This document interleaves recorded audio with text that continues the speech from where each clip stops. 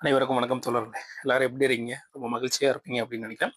இன்னைக்கு நம்ம பொது தமிழ் இருக்குல்ல, அதுல 100 கேள்விகள் கேட்பாங்க இல்லையா? அதுல இலக்கணத்துல மட்டும் 25 கேள்விகள் கேட்குறாங்க. ஸோ இத நம்ம எப்படி படிக்கலாம் அப்படின்ற ஒரு பிரீஃபான எக்ஸ்ப்ளனேஷன் பார்க்கலாம். ஓகேங்களா? பார்த்தோம் அப்படின்னா நமக்கு ஒரு கான்ஃபிடென்ட் வரும். ஸோ ஃபர்ஸ்ட் பாருங்க, எழுத்து, சொல் இது 2ல இருந்து நம்ம தனித்தனியா பிரிச்சு குடுத்துருக்காங்க. எழுத்து அப்படின்னா பிரித்தெழுதுதல், சேர்த்தெழுதுதல். இந்த பிரித்தெழுதுதலும், சேர்த்தெழுதுதலும் ஸ்கூல் புக்ல இருக்கிறதே படிச்சா போதுமா? அப்படின்னா போதும். ஆனா அத விதிகளின் அடிப்படையில நம்ம படிக்கணும். எப்படி விதிகளின் அடிப்படையில படிக்கிறது அப்படின்னு சொல்லி பார்த்தோம்னா, பிரித்தெழுதுக, சேர்த்தெழுதுக 2மே புணர்ச்சி அப்படின்ற ஒரு விதி இருக்கு.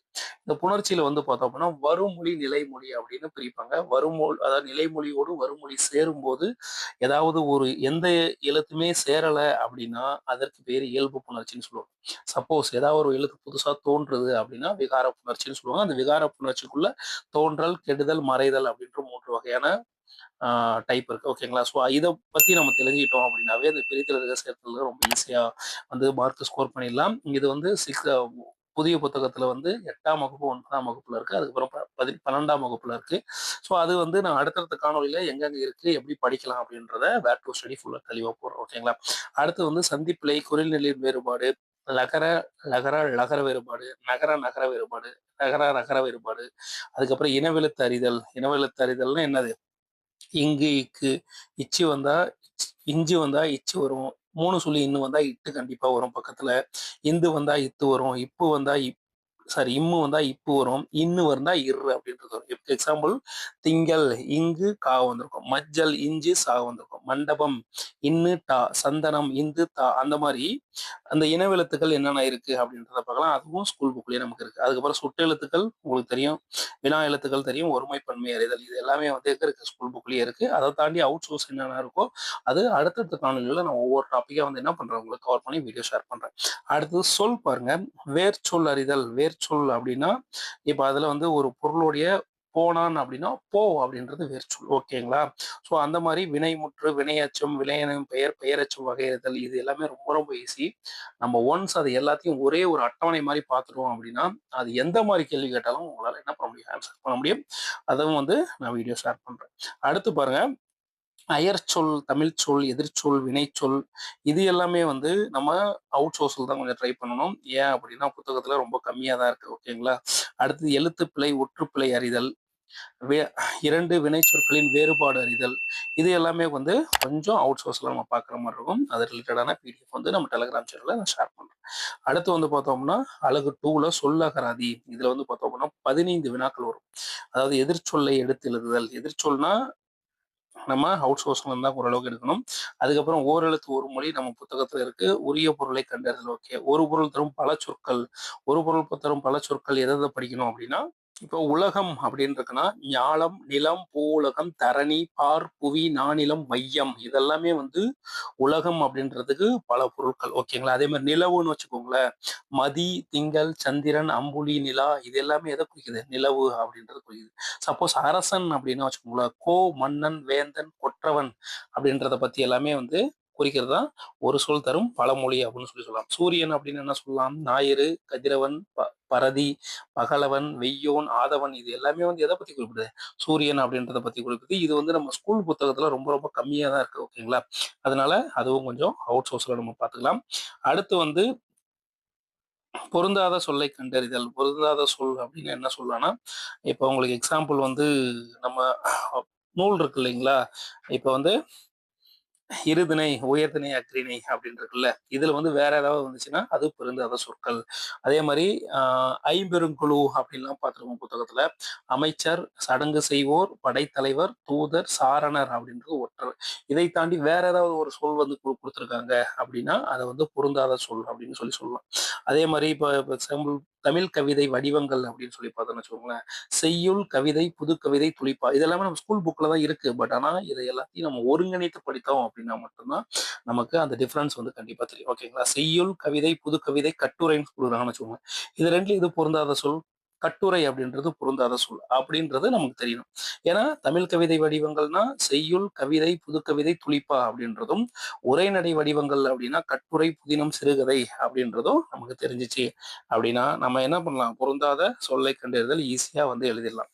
அடுத்தது அகர வரிசைப்படி சொற்களை சீர் செய்தல், இது உங்களுக்கு நல்லாவே தெரிஞ்சிருக்கும். ஆவுல இருந்து ஔ வரைக்கும் அந்த லைனு, இல்ல காக்கா கீக்கி கூக்கு அந்த லைனு, ஞானா நீ நோ நோ அந்த லைனு, இல்ல கா ஞா சா டா நா தா நா பா அந்த லைனு. ஓகேங்களா? இது வந்து ரொம்ப ரொம்ப ஈஸிங்க. ஓகேங்களா? அதனால அதை ஈஸியா பண்ணிடலாம். அடுத்தது வந்து இருபொருள் குறிக்கும் சொற்களை சீர் செய்தல் பார்த்தாச்சு. அது பொருந்தாத சொல்லை கண்டறிதல் அதுவும் பார்த்தாச்சு. அகர வரிசைப்படி ஓகே. ஒரு பொருள் பன்மொழி, ஒரு பொருள் பன்மொழினா ஒரே ஒரு பொருளுக்கு பன்மொழி. ஆல்ரெடி பார்த்தோம் இல்லைங்களா? அதேதான். இருபொருள் குறிக்கும் சொற்கள் அப்படின்னா என்ன அப்படின்னா, எக்ஸாம்பிள் வந்து நகை அப்படின்னா புன்னகை அணிகலன் ரெண்டையுமே குறிக்கும். ஓகேங்களா? நட அப்படின்னா நடத்தல் நடுதல் அப்படின்றத குறிக்கும். வாழ் அப்படின்னா வாழ்த்துதல் வாழ்தல் அப்படின்றத குறிக்கும். வளம் அப்படின்னா சுற்றுதல் வலப்பக்கம் அப்படின்றத குறிக்கும்.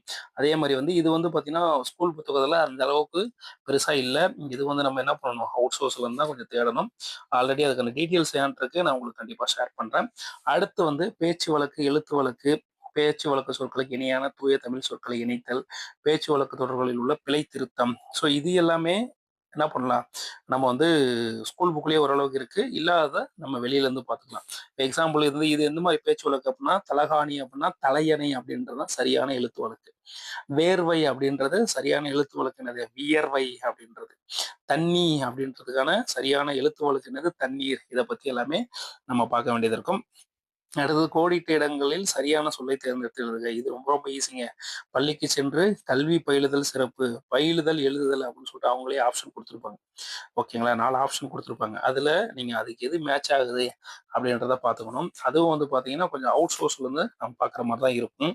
அடுத்தது வானில் முகில் தோன்றியதால் மழை பொழியும். அதே தான் அது ஃபுல்லாவே கொடுத்துருக்காங்க பாருங்களேன். பொருத்தமான பொருளை தேர்வு செய்தல். எடுத்துக்காட்டு ஊடகம், தகவல் தொடர்பு சாதனம். இது எல்லாமே செய்தி தகவல் தொடர்பு சாதனம் அப்படின்றத குறிக்கும்.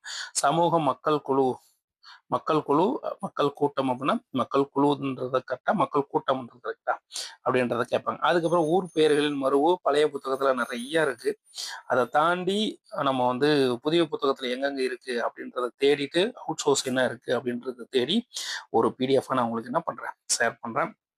அடுத்தது ஒரு ஓர் பழைய புத்தகத்திலே இருக்கு, புது புத்தகத்துல இல்லைன்னு நினைக்கிறேன். ஒரு ஓர் அப்படின்றது பழைய புத்தகத்துல மட்டும் தான் இருக்கு. அதுக்கப்புறம் பேச்சு வழக்கு சொற்களுக்கு இணையான தூய தமிழ் சொற்களை இணைத்தல். அதை ஆல்ரெடி நம்ம பார்த்துட்டோம். அடுத்துங்களா, அடுத்து வந்து பேச்சு வழக்கு தொடர்களில் உள்ள பிழை திருத்தம்.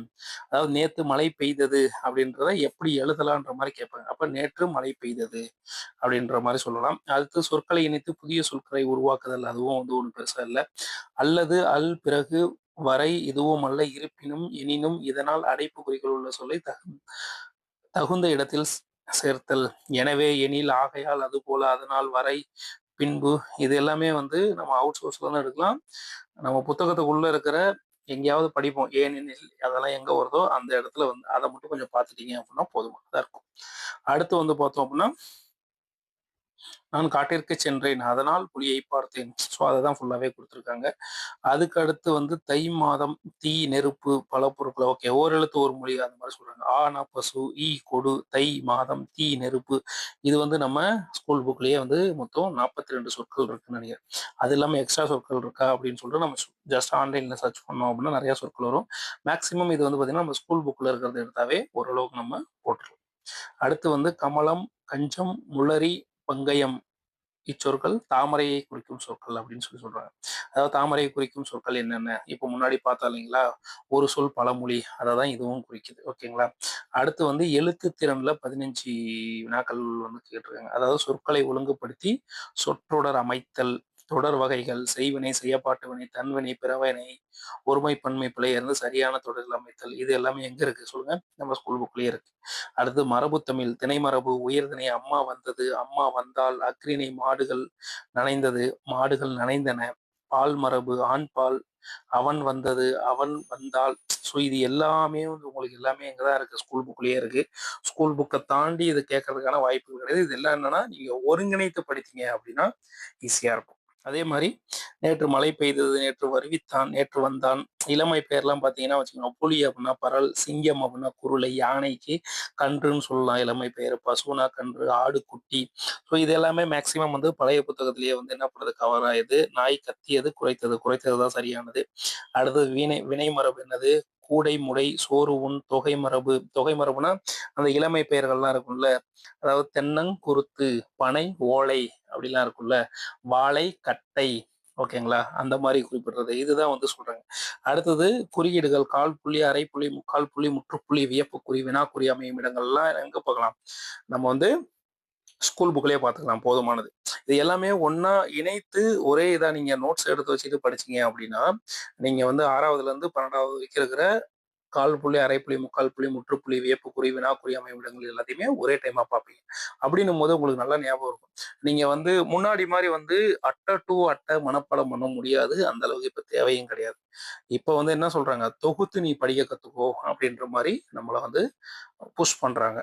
அடுத்து வந்து கலைச்சொற்கள் 10 வினாக்கள். ஸோ இது வந்து பார்த்தீங்க அப்படின்னா, நீங்க 6வதுல இருந்து 12வது வரைக்கும் இருக்கிற ஜிகே பிளஸ் தமிழ். இது 2ல இருக்கிற கலைச்சொற்கள படிச்சே ஆகணும். வேற வழியே கிடையாது. ஓகேங்களா? ஜிகே பிளஸ் தமிழ் 2லயுமே இருக்கிற கலைச்சொற்கள படிச்சு தான் ஆகணும். அடுத்து வந்து வாசித்து புரிந்து கொள்ளும் திறன். 15 கேள்விகள் இதுல கேட்குறாங்க. கொடுக்கப்பட்ட பத்தியிலிருந்து கேட்கப்பட்ட வினாக்களுக்கு சரியான விடையை தேர்ந்தெடு. இதுல இப்ப லாஸ்ட் டைம் குரூப் 4ல கூட ஒரு 5 கொஸ்டின் கேட்டிருந்தாங்க. ரொம்ப ஈஸியா இருந்துச்சு. ஓகேங்களா? அடுத்து செய்தித்தாள், தலையங்கம், முகப்புச் செய்திகள், அரசு சார்ந்த செய்திகள், கட்டுரைகள் இவற்றை வாசித்தல், புரிந்து கொள்ளும் திறன், உவமை தொடரின் பொருள் அறிதல். இதுல வந்து இந்த பத்தியிலிருந்து கேட்கப்பட்ட வினாக்களுக்கு சரியான விடையளித்தல் அப்படின்றது இருக்குல்ல, அதுல இருந்து 5 கொஸ்டின் கண்டிப்பா வந்துடும். ஓகேங்களா? அதுக்கப்புறம் அப்படியே கீழே வந்தோம்னா உவமை தொடரின் பொருள் அறிதல், மரபு தொடரோட பொருள் அறிதல், பழமொழிகள் பொருள் அறிதல், ஆவண உள்ளடக்கங்களை புரிந்து கொள்ளும் திறன். ஸோ இதுல கூட ஒன்றும் பெருசா கேட்கல. மரபு தொடரின் பொருள் அறிதல், பழமொழியின் பொருள் அறிதல், உவமை தொடரின் பொருள் அறிதல். இதுல இருந்து கண்டிப்பா மீதி இருக்கிற 10 கொஸ்டின் வந்துடும். ஓகேங்களா? ஸோ அதனால இது ரொம்ப ஈஸியான டாபிக் தான். அடுத்து எளிய மொழிபெயர்ப்பு, ஆங்கிலம் மற்றும் பிற சொற்களுக்கு இணையான தமிழ் சொற்களை அறிதல். ஓகேங்களா? பயன்பாட்டில் உள்ள ஆங்கில சொற்களை மொழிபெயர்த்தல் வேண்டும். அப்படின்னா pen drive, printer, computer, keyboard இதோடைய மொழிபெயர்ப்பு சொற்கள் என்ன அப்படின்னா, நீங்க இந்த கலை சொற்கள் படிக்கிறீங்கல்ல, அது 6வதுல இருந்து 12th வரைக்கும் இருக்கிற நம்ம தமிழ் பிளஸ் ஜிகே படிச்சீங்கன்னாவே இதுக்கு தேவையானது உங்களுக்கு கண்டிப்பா கிடைச்சிடும். ஓகேங்களா? கண்டிப்பா இதுக்கு தேவையான கிடைச்சிடும். இதுல எக்ஸாம்பிளுக்கு வந்து எந்த மாதிரி கேள்விகள் எல்லாம் கேட்டிருந்தாங்க, எந்த மாதிரி எல்லாம் இருக்கும் அப்படின்னா, எக்ஸாம்பிள் வந்து அகிலம் அப்படின்னா உலகம், அச்சம் அப்படின்னா தந்தை, ஆரம்பம் அப்படின்னா தொடக்கம், ஆச்சரியம் அப்படின்னா வியப்பு, ஆபத்து அப்படின்னா இடர். ஸோ இந்த மாதிரி சொற்கள் தான் வந்து பிறமொழிக்கு இணையான தமிழ் சொற்கள் அப்படின்னு சொல்லலாம். இப்போ லாஸ்ட் டைம் நடந்த எக்ஸாம்ஸ்ல எந்த மாதிரி நம்ம பிற சொற்களுக்கு இணையான தமிழ் சொற்கள். வான்வெளியில் ஏவப்பட்ட நிகழ்வை கண்டு ஆச்சரியம் அடைந்தனர். ஆச்சரியம் அப்படின்றது தமிழ் சொல்றது வியப்பு. இது வந்து மொத்தமே வந்து பாத்தீங்க அப்படின்னா ஒரு 80ல இருந்து 100 வேர்டு இருக்கும். ஓகேங்களா? இப்ப வந்தனம் அப்படின்னா வணக்கம், பணிவு, புஸ்தகம் அப்படின்னா நூல், விசேஷம் அப்படின்னா சிறப்பு, தர்மம் அப்படின்னா அறம். ஓகேங்களா? தர்மம் அப்படின்றது சரியான தமிழ் வார்த்தை கிடையாது. அது வந்து பிறமொழி சொல். அதுக்கு தனியான தமிழ் சொல் என்னது அறம். ஸோ இந்த மாதிரி படிச்சோம் அப்படின்னா நமக்கு வந்து ஈஸியா வந்து கிளியர் பண்ணிடலாம். இது வந்து ஸ்கூல் புக்ல ரொம்ப ரேரா தான் இருக்கு. ஓகேங்களா? மேக்சிமம் இது என்ன பண்ணணும், நம்ம வெளி சோர்ஸ்ல தான் எடுக்கணும். அதாவது பழைய புத்தகம் மேல்நிலை ஆஹ் 2ஆம் ஆண்டா மேல்நிலை 1ஆம் ஆண்டு 11th புக்ல மட்டும் சிறப்பு தமிழ் அப்படின்ற புத்தகத்துல கொஞ்சம் இருக்கும். ஓகேங்களா? மற்றபடிக்கு பெருசா இல்லை. பட் ஆனா நம்ம என்ன பண்ணலாம், இது அவுட் சோர்ஸ்ல நிறைய டேட்டா இருக்கு. நான் உங்களுக்கு எல்லாமே எடுத்து தரேன். அடுத்து வந்து ஆங்கில சொல்லுக்கு இணையான தமிழ் சொற்கள் அறிதல், பயன்பாட்டில் உள்ள ஆங்கில சொற்களை மொழிபெயர்த்தல் அப்படின்னு சொல்றாங்கல்ல, அதுக்கு வந்து என்ன பண்ணலாம், கரன்சி நோட்னா பணத்தாள், அடுத்தது ஃபோல்டர் அப்படின்னா உரை, லேப்டாப் அப்படின்னா மடிக்கணினி, டீ அப்படின்னா தேநீர். இதைதான் குறிப்பிடுறாங்க. இது எல்லாமே வந்து உங்களுக்கு நம்ம ஜென்ரல் ஜிகே புக் இருக்குல்ல, அதுல எல்லாமே இது ஓரளவுக்கு வந்து கவர் ஆயிடும் உங்களுக்கு. ஓகேங்களா? கிளாஸ் அப்படின்னா வகுப்பு, பென் அப்படின்னா பேனா அல்லது எழுதுகோல், பென்சில் அப்படின்னா கரிக்கோல். பென்சில் அப்படின்றது அதுக்கு தமிழ் அர்த்தம் என்னது, கரிக்கோல் அப்படின்றது. இதெல்லாம் வந்து நம்ம வந்து அவுட் சோர்ஸ்ல இருந்து புத்தகத்துல இருந்து எடுத்துக்கலாம். ஓகேங்களா? அடுத்து வந்து பார்த்தோம் அப்படின்னா இலக்கியம், தமிழறிஞர்களின் தமிழ் தோன்றும் 15 கேள்விகள் பாருங்க. திருக்குறள் தொடர்பான செய்தி. மொத்தமே 20 அதிகாரங்கள் இருக்கு. இந்த 20 அதிகாரங்களை பற்றி படித்தா மட்டுமே போதுமானது. ஒழுக்கமுடைமை, பொறையுடைமை, ஊக்கமுடைமை, விருந்தோம்பல், அரண் வலியுறுத்தல், ஈகை, பெரியாரை துணை கோடல், வினை செயல் வகை, அவை அஞ்சாமை, கண்ணோட்டம், அன்புடைமை, கல்வி, நிலையாமை, கூடா ஒழுக்கம், கல்லாமை, செங்கோன்மை, பண்புடைமை, நட்பாராய்தல், புறங்கூறாமை, ஆளுடைமை, இத பற்றி அறநூல் தொடர்பான செய்திகள். சாரி, இத மேல இருக்க திருக்குறள் பற்றிய செய்திகள். மொத்தம் வந்து பாத்தீங்க அப்படின்னா 20னா மொத்தம் 200 குறள்கள் வருது. ஓகேங்களா? 200 குறள்கள்னா இதுல 15 கேள்விகள் தான் கேட்கறாங்க. திருக்குறள் இருந்தே பாத்தீங்கன்னா ஒரு 5, 6 கேள்வி கேட்டுறாங்க. கரெக்ட்டுங்களா? அடுத்து அறநூல் தொடர்பான செய்திகள் வந்து பார்த்தோம்னா, நாலடியார், நான்மணிக்கடிகை, பழமொழி 400, முதுமொழி காஞ்சி, திரிகடுகம், இன்னா 40, சிறுபஞ்சமூலம், ஏலாதி, அதுக்கப்புறம் ஔவையார் பாடல்கள். இதெல்லாம் எங்க இருந்து எடுக்கலாம் அப்படின்னா, நம்ம ஸ்கூல் புத்தகத்திலேயே போதுமான தகவல்கள் இருக்கு. 6வதுல இருந்து 12வது வரைக்கும். மற்றது எதையுமே படிக்கக்கூடாது. இப்ப நீ அறநூல்கள் தொடர்பான செய்திகள் எழுதுறீங்கன்னா, நாலடியார்ல இருந்து 6வதுல இருந்து 12வது வரைக்கும் எங்கெங்கெல்லாம் இருக்கு. அதை எல்லாத்தையும் அப்படியே ஒரு நோட்ஸ் எடுத்துக்கோங்க. உங்களுக்கு புரியுற மாதிரி நோட்ஸ் எடுத்து வச்சுக்கோங்க. அதே மாதிரி நான்மணிக்கடிகை அப்படின்னா, நான்மணிக்கடிகை எங்கெங்கெல்லாம் இருக்கு. அது ரிலேட்டடா நோட்ஸ் எடுத்து வச்சுக்கோங்க. ஓகேங்களா? அப்பதான் உங்களால என்ன பண்ண முடியும், இதற்கு எந்த மாதிரி கேள்விகள் கேட்டாலும் உங்களால பதில் அளிக்க முடியும். அடுத்து தமிழின் தொன்மை, சிறப்பு, திராவிட மொழிகள் தொடர்பான செய்திகள், இதெல்லாம் வந்து நம்ம என்ன பண்ணுவோம், தமிழ் 8th யூனிட் இருக்குல்ல, அதுக்கு கண்டிப்பா இதெல்லாம் நம்ம படிப்போம். அதை தாண்டி சுவாமிநாத ஐயர், தோப்போ மீனாட்சி சுந்தரம், தோப்போ மீனாட்சி சுந்தரத்தை பத்திலாம் பெரிய டீட்டெயில்ஸ் எதுல இல்லை, ஸ்கூல் புக்ல சும்மா ஒரே ஒரு இடத்துல ரொம்ப சின்னதா கொடுத்துருப்பாங்க. ஓகேங்களா? ஆனா அவர் பற்றிய ரொம்ப கேள்விகள் வந்து ரொம்ப ரேரா தான் இருக்கு. இருந்தாலும் நம்ம ஆன்லைன்ல இருந்து அதுக்கான சோர்ஸ் எடுத்துக்குவோம்.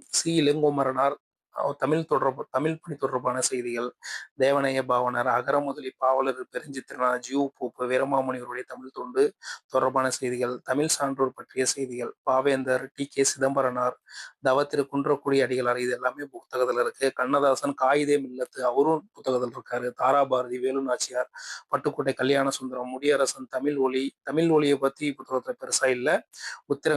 உருத்திரங்கண்ணனார், கீவா ஜெகநாதர், நாமக்கல் கவிஞர், இவங்களை எல்லாமே என்ன பண்ணலாம் அப்படின்னா, நாமக்கல் கவிஞர் கூட புக்குள்ள இருக்காரு. கீவா ஜெகநாதர் பெருசா புத்தகத்துல இல்ல, உத்திரங்கண்ணனாரும் பெருசா புத்தகத்துல இல்லை.